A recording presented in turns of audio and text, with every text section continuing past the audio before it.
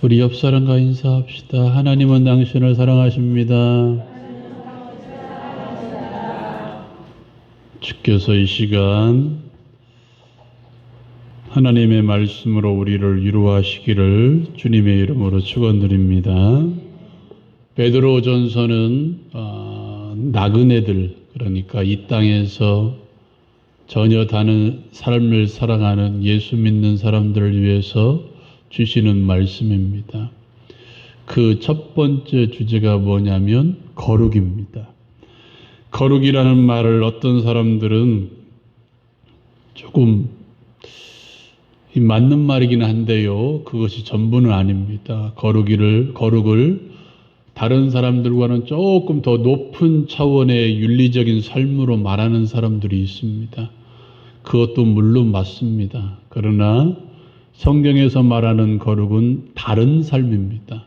구별된 삶, 이것이 바로 거룩입니다.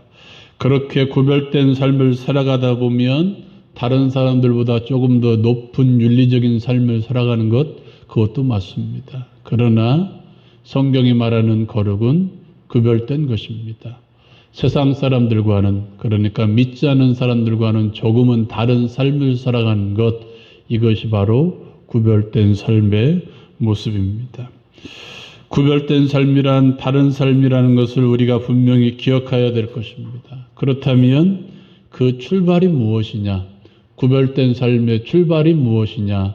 이건 한번 따라해 봅시다. 하나님을 두려워해야 된다. 예. 세상 사람들과 다른 구별된 삶의 출발은 하나님을 두려워하는 삶입니다. 오늘 하나님과 우리들은 특별한 관계에 있는 사람들입니다. 말씀 한번 읽어보고 시작할까요? 17절 말씀. 17절 말씀 같이 한번 읽겠습니다. 시작.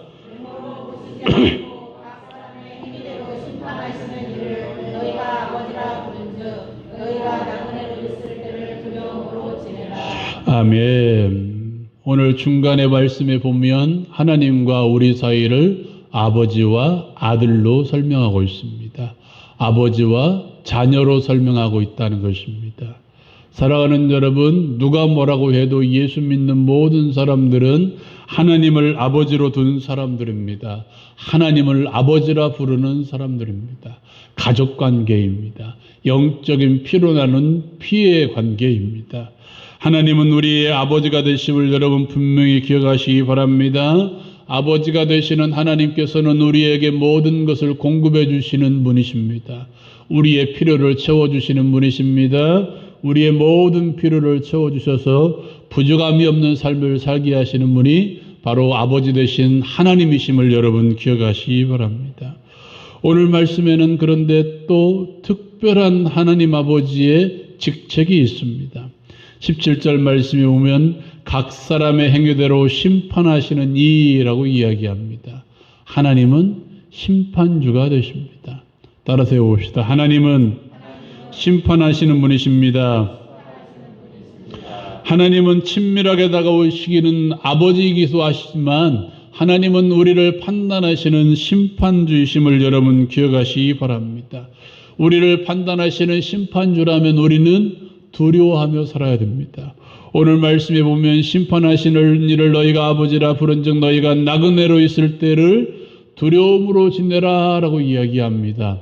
천국에 가서 하나님을 두려워하는 것이 아니라 이 땅에서 살아가면서 하나님을 두려워하라 라고 말씀하고 있습니다. 예수님께서는 복음서에서 우리의 영혼까지 제어하시는 하나님을 두려워하라 라고 말씀하고 있습니다.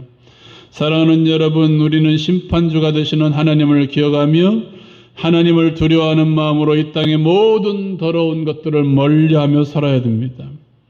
우리가 읽었던 17절 말씀을 보면 이렇게 이야기합니다. 외모로 보시지 않고 각 사람의 행위대로 심판하시는 분이다 라고 이야기합니다. 하나님은 우리의 외모를 보시지 않습니다. 사람의 생김새를 보시지 않아요. 사람의 외적인 조건을 보시지 않습니다. 사람의 신분을 보시지 않습니다. 출신 배경도 보지 않습니다. 우리가 가진 외모적인 모든 모습을 보고 우리를 판단하시는 분이 아니십니다. 내가 잘난 것, 몰난 것, 못난 것을 보시지 않는다는 것입니다. 내가 높은 주에 있는 것, 낮은 주에 있는 것, 그런 것을 보시지 않습니다. 직업에는 귀천이 없지만 사람들의 판단에는 귀천이 있죠. 그런 것도 보시지 않는 분이십니다. 하나님이 우리를 판단하시는 판단의 기준은 우리의 행함입니다. 내가 어떻게 행하고 살아가느냐, 이것이 우리의 판단 기준이라는 거예요. 여기 보시고 이제 점점점 더워지나 봐요. 눈이 점점점 감기는 거 보니까 점점점 더워지고 있어요. 눈 뜨고 잘생긴 저를 보십시오. 저는 한껏 꾸미고 나와요. 막 평상시에는 그러지 않는데 주일만 되면 꾸미고 나와요. 안 바르던 화장도 하고 막 화장한다고 해서 뭐 이거 치고 바른 거 아니라 적어도 스킨 로션 정도는 바르고 나옵니다. 이렇게 꾸미고 나오는데 여러분들은 저를 안 보고 땅만 쳐다보고 있으면 제가 얼마나 슬프겠어. 충현아, 나봐, 봐. 충현이가 저라서 부른 거 아니에요? 네, 저를 보라고 부른 거예요. 하나님께서는요, 이스라엘 민족이 택함받은 민족에서 날마다 웃고 떠들고 그냥 보고 주고 이렇게만 하시지 않았어요. 그들이 죄를 지을 때는 가만히 내버려두지 않았습니다. 그들에게 합당한 벌을 내주셨습니다. 민수기에 보면 불뱀을 보내주셔서 그들을 심판하셨지 않습니까? 사랑하는 여러분, 하나님의 사랑을 받은 사람 중에 대표적인 사람이 누굽니까? 아마도 다윗 왕일 것입니다. 여러분, 다윗 왕에게 모든 전쟁에서 이기는 놀라운 은혜를 허락해 주셨습니다. 그렇다면 그가 죄를 지을 때도 그냥 지나갔나요? 아니에요. 밧세바를 범하는 죄를 지었습니다. 하나님이 그냥 지나셨습니까? 아니에요. 그 사이에서 태어난 아들을 하나님께서 데려가셨습니다. 그것도 모자라서 아들로 말미암아 반역하는 그런 일을 당하게 하셨습니다. 왕의 제위에서 쫓겨나는 역사를 당했습니다. 다 뭐예요? 그의 범죄로 말미암아 출발한 일들입니다. 하나님께서는 죄를 싫어하시는 분이십니다. 하나님의 자녀라는 특권을 내세우시며 하나님을 아버지로 두었다는 특권을 내세우며 아무렇게나 살라고 말씀하지 않으셨어요. 어떤 이들은 말합니다. 내가 나중에 몽땅 내가 죽기 직전에 회개하면 되니까 내 마음대로 살아도 된다라고 말하는 사람들도 있습니다. 여러분, 내일 당장 데려가시면, 아니 지금 당장 데려가시면 어떻게 하려요? 회개하고 못하고, 회개도 못하고 데려가지 않습니까? 하나님의 심판대 앞을 면제받은 사람은 아무도 없어요. 예수 믿는 사람이나 예수 믿지 않는 사람이나 다 하나님의 심판대 앞에 선다는 사실을 여러분 기억하시기 바랍니다. 대신 무슨 차이가만 있습니까? 예수 믿지 않는 사람들에게는 없는 증인이 우리에게는 있다는 거예요. 바로 어린 양 되신 예수 그리스도. 하나님의 심판대 옆에서 우리를 위해서 증인되어 주시는 예수님이 계신다는 그 사실 하나뿐, 그것밖에 없습니다. 우리도 하나님의 심판대 옆에 서요. 그리고 우리의 모든 행위를 하나님의 앞에 직구하는 일이 우리에게 다가옵니다. 내가 살아온 역사를요, 하나님의 심판대 앞에서 우리의 입으로 직접 말한다니까요. 내가 이렇게 살았습니다. 내가 저렇게 살았습니다. 두리뭉실하게 말하는 것이 아니라 내가 이럴 때는 이런 죄를 짓고 저럴 때는 저런 일을 행하고 이럴 때는 이런 일을 행했습니다라고 낱낱이 고하는 때가 분명히 이른다는 거예요. 죄 짓는 것에 가볍게 생각하지 마십시오. 두렵고 떨림으로 우리의 구원을 이루라고 바울 사도는 말했습니다.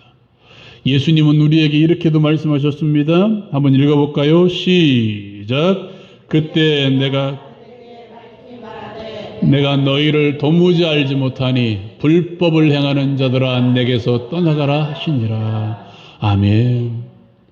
예수 그리스도를 믿는다고 자부하는 이 사람들이 예수 앞에 나옵니다. 주여 내가 왔습니다. 주여 내가 왔습니다. 주님 내가 왔습니다 말하는데 주님께서는 그들을 향해서 뭐라고 말씀하십니까? 불법을 행하는 자들아, 내가 너희를 도무지 알지 못하니 내게서 떠나가라 라고 말씀합니다. 하나님께서 원하시는 천국 백성의 삶은 어떤 모습입니까? 예수님이 또 우리에게 이렇게 말씀해 주셨어요. 같이 한번 읽어볼까요? 시작.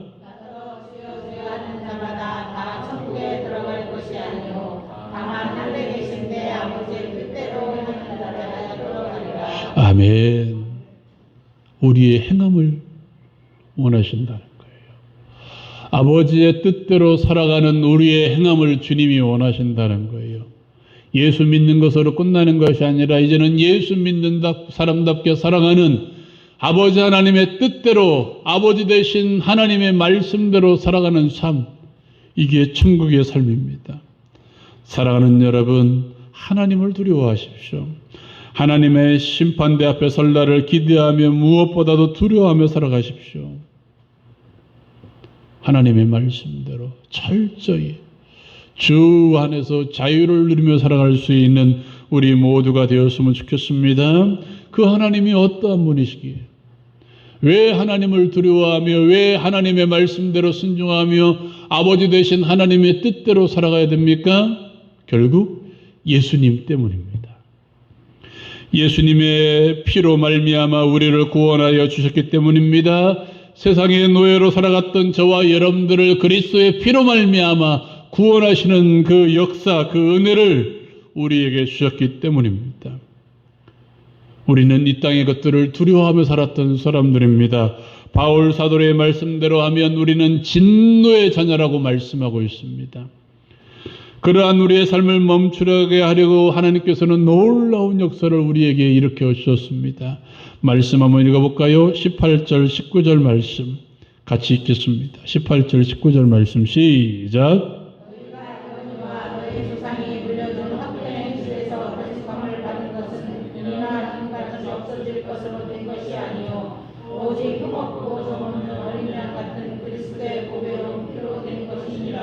아멘. 여기 말하는 헛된 행실이라는 것은 뭐냐면 이스라엘 백성들, 그들의 선조들이 섬겼던 우상 숭배하는 삶을 말합니다. 도덕적으로 거짓말하고 도둑질하고 이런 정도의 삶이 아니라 하나님을 무시하며 그 주변에 있던 모든 우상들을 다 끄집어 와서 우상도 섬기고 하나님도 섬기는 그런 삶을 말합니다.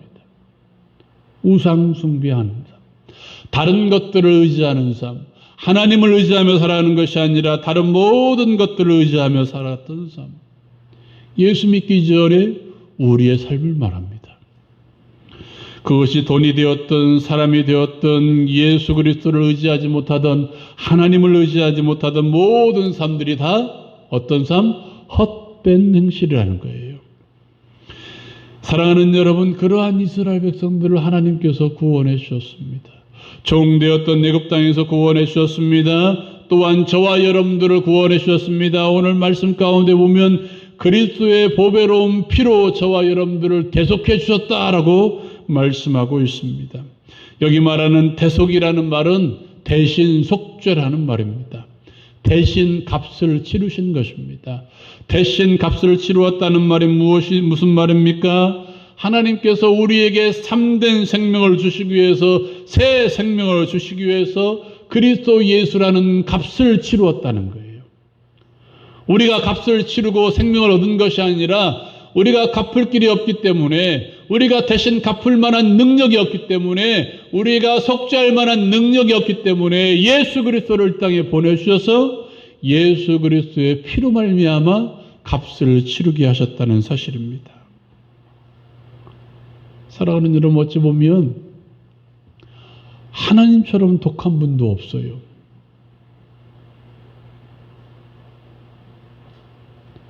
어찌 당신의 독생자를 우리의 죄를 대신 속죄하는 그 일에 내어줄 수 있겠습니까? 그것도 죽음의 자리로, 피를 흘리게 하는 자리로 내어줄 수 있겠습니까? 어쩌면 이 하나님의 사랑은, 이건 한번 따라해 봅시다. 지독한 사랑이다. 지독해요. 누구도 할 수 없는 지독한 사랑을 우리에게 보여주셨다는 거예요. 눈 뜨고 중요한 말 하는데 눈 감고 그냥 지독한 사랑.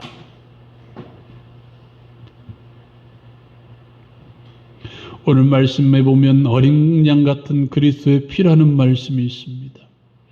여러분, 이스라엘 백성들을 애굽 땅에서 구원해 주시기 위해서 하나님께서 내리신 10번째 재앙이 무슨 재앙이냐면 그 당시에 애굽에 살아갔던 모든 사람들의 장자들을 다 죽이는, 이 사람들뿐만 아니라 짐승의 장자까지 다 죽이는 재앙을 내리셨습니다. 이 재앙을 피해가는 방법은 간단합니다. 어린 양을 잡아서 그 피를 문설주나 문지방에 바르면 그 문설주나 문지방에 바르는 그 집은 재앙이 넘어가는 그런 역사를 일으켰습니다.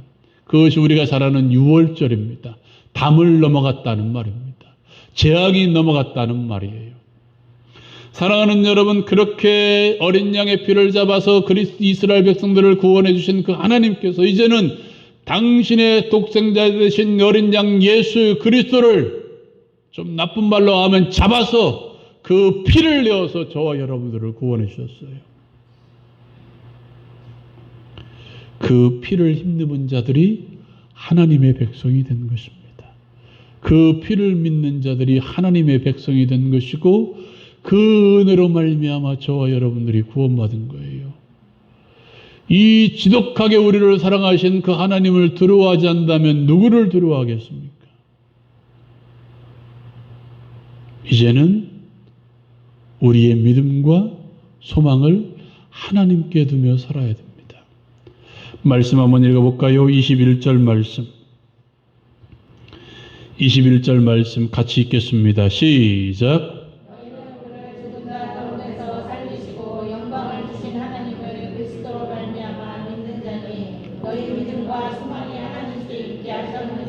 아멘. 아멘. 여러분, 예수님 또한 놀라운 분이세요. 육신의 몸을 입고 그 모든 일에 순종하셨습니다. 십자가라는 극악한 형벌에 순종하셨습니다. 이 땅에 내려오는 그 고난의 길도 그 순종의 길로 말씀합니다. 그 순종의 길의 끝이 무엇입니까? 십자가의 죽음입니다. 철저히. 그 순종하신 예수 그리스도를 오늘 말씀 가운데 뭐라고 이야기합니까? 그를 죽은 자 가운데서 살리시고 영광을 주신 하나님이라고 이야기합니다. 그를 죽은 자 가운데서 살리시고 모든 이름 위에 뛰어난 이름을 예수께 주신 것입니다. 하나님은 죽은 자를 살리시는 하나님이십니다. 또한 그를 예수 그리스도를 지극히 높은 자리로 인도하시는 분이 바로 우리의 아버지 되신 하나님이십니다. 영광을 주신 분이세요. 그런 하나님을 우리가 믿지 않는다면 누구를 믿겠습니까? 그런 영광을 주신 하나님이라면 우리에게도 또한 영광을 주실 분이시라는 사실이에요. 이것이 우리가 믿는 믿음이어야 됩니다. 또한 우리가 가질 소망이어야 된다는 거예요. 예수 그리스도를 살리셨다면 누구도 살릴 수 있다. 나도 살릴 수 있다. 예수께 영광을 주신 분이시라면 누구에게도 영광을 주실 수 있다. 나에게도 영광을 주실 수 있다. 아멘. 믿으십니까? 믿으셔야 됩니다. 그렇다면 우리의 소망을 하나님께 둘 수 있습니다. 여러분, 그런 분이 우리에게 힘이 되지 못할 게 무엇이 있겠습니까? 우리에게 주시지 못할 게 무엇이 있겠습니까? 바울 사도의 말씀처럼 그의 아들을, 그의 독생자를 죽는 죄에 내어주신 이가 우리에게 무엇을 아끼겠습니까? 우리의 믿음과 소망은 하나님께 있습니다. 우리의 믿음과 소망은 하나님께만 있습니다. 아멘이신가요? 믿어져야 됩니다. 믿으셔야 됩니다. 또 믿음으로 아멘 하셔야 됩니다. 사람은 어떻게 살까? 사람은 어떻게 살아야 되나? 이런 질문에 대답도 못 해보고 일평생 살아가는 사람들이 얼마나 많을까요? 사람은 무엇을 위해 살아가며 어떻게 살아가야 될까라는 질문도 못 해보고 살아가는 사람들 많이 있고요. 이 질문에 대답도 못하고 살아가는 많은 사람들도 있습니다. 왜 살아야 되는지도 모르고 그냥 바쁘게 살아가는 사람들 얼마나 많이 있습니까?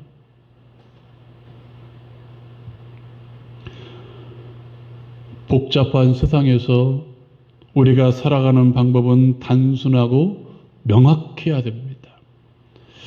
하나님께서 예수 그리스도를 이 땅에 보내시고 예수 그리스도께서 우리를 위하여서 십자가에서 달려 죽으셨고 부활하신 것이 사실이고 또한 우리가 그 사실을 믿는다면 우리가 살아가는 답은 정확합니다. 명확합니다. 누구를 위해서? 예수 그리스도를 위해서. 나를 위해서 죽으시고 살아나신 예수 그리스도를 위해서 살아가면 되는 것입니다. 그리스도를 믿는 믿음으로 살아가면 되는 것입니다. 또한 우리의 인생의 종착지가 하나님, 천국임을 기억하고 그리스도께 소망을 두며 천국에 소망을 두며 살아가는 것. 이게 우리의 살아가는 답이에요. 예수 그리스도를 믿는 믿음으로 천국을 소망하는 삶으로. 사랑하는 여러분, 흠없는 어린 양과 같으신 예수님께서 우리의 죄를 위해서 십자가에서 보배로운 피를 흘리시며 돌아가신 사실을 여러분 믿으십니까? 그 예수님을 하나님 아버지께서 사흘 만에 죽은 자 가운데서 다시 살리심을 믿으십니까? 그렇다면 우리가 살아가는 목적도 우리가 삶을 살아가는 삶의 방식도 답은 정해져 있습니다. 그 구원의 주, 부활의 주를 위해서 살아가면 되는 것입니다. 오늘 말씀에서 베드로는 오직 하나님께만 소망을 두고 우리의 믿음과 소망을 두고 살아가라고 말씀하고 있습니다. 베드로의 이 편지를 받는 사람들을 1장 1절 말씀에 오면 나그네라고 이야기합니다. 여러분, 나그네의 삶이 그렇게 순탄치만은 않습니다. 여기저기 떠들어가다니며 자기 마음대로 살아가긴 하지만 집도 없고 절도 없고 아무것도 없는 삶을 살아가는 것입니다. 힘든 삶이에요. 그런 것처럼 이 땅에서 나그네의 삶을 살아가는 예수 그리스도를 믿는 사람들, 그들에게서 나그네라고 이야기하는 것은 그들의 삶도 고난 가운데 있다는 거예요. 어려운 현실 가운데 있다는 거예요. 길어지는 고난으로 말미암아 믿음의 불씨가 꺼져가고 있습니다. 살아갈 소망조차 없는 그런 삶을 살아가고 있는 그 사람들. 그들을 향해서 베드로가 던지는 소망의 메시지는 무엇입니까? 그리스도만이 유일한 힘이고 그리스도만이 유일한 믿음의 세상이고 그리스도만이 유일한 삶의 소망이라는 거예요. 사랑하는 여러분, 우리의 두려움의 대상은 돈도 아니고 사람도 아닙니다. 또한 연세 드셔서 찾아오는 각종 질병도 우리의 두려움의 대상이 될 수 없습니다. 바쁘게 살아가는, 정말 바쁘게 살아가면서 다가오는 사건, 사고도 우리의 두려움의 대상이 될 수 없습니다. 이 땅에 그 무엇도 우리를 두렵게 할 수 없으며 이 땅에 그 어떤 것도 우리를 다스릴 수 없습니다. 그리스도의 피로 구원받은 우리가 이제 두려워하는 대상은 오직 한 분밖에 없습니다. 하나님.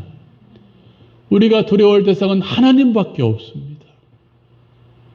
이제는 하나님만을 두려워하며 살아야 됩니다. 하나님께만 믿음과 소망을 두고 살아가야 됩니다. 그리함으로써 이 땅 가운데 다가오는 모든 고난 가운데에서도 어려움 가운데에서도 날마다 승리하며 살아가는 우리 모두가 되기를 주님의 이름으로 축원드립니다. 사랑하는 여러분, 이 시간 우리 함께 기도하십시오.